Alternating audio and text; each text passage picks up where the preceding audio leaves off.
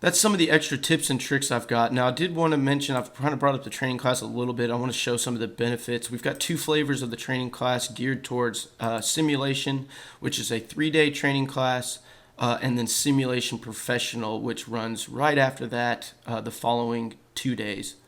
So in simulation, this is that first 3-day class. We go over in the first lesson just the overall simulation process, the steps working top to bottom, what each one of those do, and we run through an analysis of a plate, how to apply your loads and constraints, and then we take it a little bit further. We examine different ways of mesh, validating your mesh controls, and then also, of course, mesh techniques. There's different ways that we can analyze the geometry. Then we move on to an assembly to discuss a kind of an introduction to contact steps, the contact hierarchy with local versus global contacts, and of course all the different types of contacts themselves. For this we use a plier, and this is the shrink fit self-equilibrated assembly that I was discussing. So we go through that shrink fit condition using soft springs, we discuss the inertial relief, all those things that I just mentioned. We also take advantage of symmetry in this model as well. Then we go into a more in-depth contact set and really explore all the different types of connectors with pins and bolts and foundation bolts, and we also use a remote load in this one. So again, that's going to drastically help your solve and setup time. Then we get into a little bit more into the mesh with respect to compatible versus incompatible meshes, ways of dealing with multi-part designs with irregular geometries. We use an impeller blade for that. And then we go on into our shell elements. That's that other element type, how to define things as shells, how to run the studies, how to connect things through shells. And then we mix shell and solid elements all in the same study and analyze a pressure vessel and go through how to define that. Next, we'll go over beam elements, the advantages of those, defining things as a truss, the axial loads that I mentioned, and go over the joint and beam definitions and how to list the beam results as well.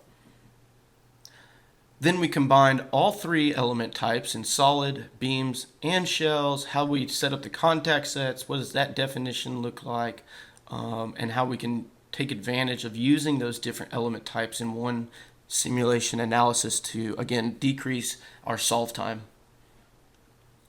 Next, we'll take a look at a design study, what-if scenarios. What if I have varying loads? What if I have varying materials that I can use? What are some of the options that I can use there using design studies? Next, we'll look at thermal analysis.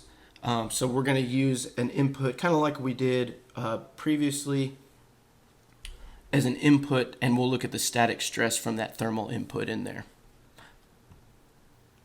We'll go over the adaptive mesh techniques, H and P adaptive that I previously mentioned in my tips and tricks PowerPoint as well. And then lastly, we will cover large displacement analysis. So again, that's covered all in our 3-day SOLIDWORKS simulation course. If you want to go a little bit further, a little bit more in depth for the other types of studies, then we have our 2-day simulation professional course. This one starts off running a frequency analysis, looking at resonant frequencies, predicting failures, crack propagation, that sort of idea. And we take the same frequency analysis using a remote mass, remote loads in an assembly environment. There's a little bit of a different contact scenario that we need to consider in frequency, so we discuss that in depth in the class.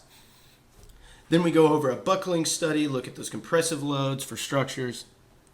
We go over our load cases, different reusing study scenarios, sub-modeling, so focusing in on a lower level of an area of a larger analysis. Then we get into the topology that was brought on into 2018, for design improvement and cost reduction. We'll then get into in-depth thermal analysis. This is the thermal analysis itself, where we do over the heat transfer mechanism. We will do a steady state like we saw in the expansion bellows a minute ago. We also do a transient or time-based study to see what happens with heat flux and time-varying loads, take advantage of thermostats. We use another thermal analysis example where this time we're including radiation, some of the parameters around that definition, and then we actually go through this case study that we just went through today. Of course, the thermal input simplification, prescribed displacements, symmetry, all those ideas that we just covered. Then we get into a fatigue analysis. This is going to be a constant amplitude fatigue. Look at how many loads, how many cycles something can take, how long our product can last for.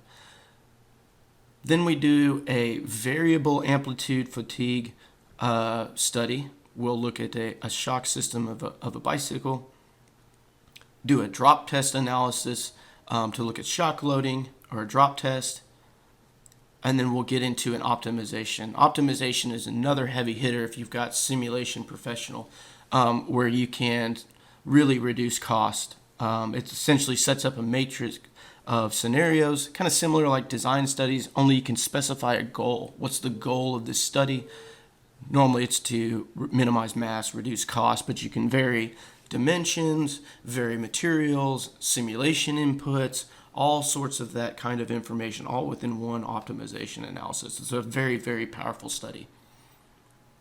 Lastly, we'll bring it home with a pressure vessel analysis, and this is a little bit different because here we're looking to follow the ASME pressure vessel code and essentially linearize our stress.